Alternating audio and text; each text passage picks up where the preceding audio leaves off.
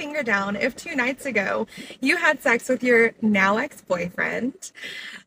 You fell asleep. You and your baby were sleeping upstairs. A few hours later, your baby wakes up crying, and so you go to comfort him. Your ex all of a sudden runs upstairs and seems very, very angry, and you're so confused. Why? Because your baby pretty often, wakes up in the middle of the night and just cries, and he just needs to be comforted to go back to sleep. Your ex accidentally leaves his phone upstairs whenever he takes your son downstairs to rock him.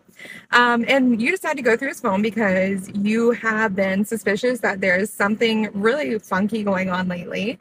So you go through his phone and you find that 3 hours after you and him just had sex, 3 hours prior, 3 hours later, he was leaving your house to go hook up and fuck a man who he had just met on Grindr.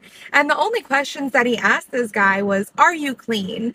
And he wasn't going to use a condom or anything like that. And then he was going to come back to your house if you hadn't have found out about it. And the next day, y'all are more than likely going to have sex, and also unprotected because you've been with him for almost 3 years.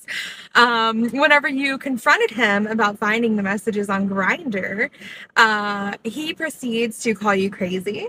He tries to take your phone and he wrestles you to actually take your phone from you, all while screaming at you in front of your son while your son's crying. Won't let you go to your son for at least 15 minutes because he wants to really tell you how crazy you are and that you invaded his privacy and that you're in the wrong. And that no, he wasn't actually going to fuck this man. And I read the messages all wrong, the booty hole pictures that were sent to him and him saying, "I want to fuck you." I misconstrued that totally.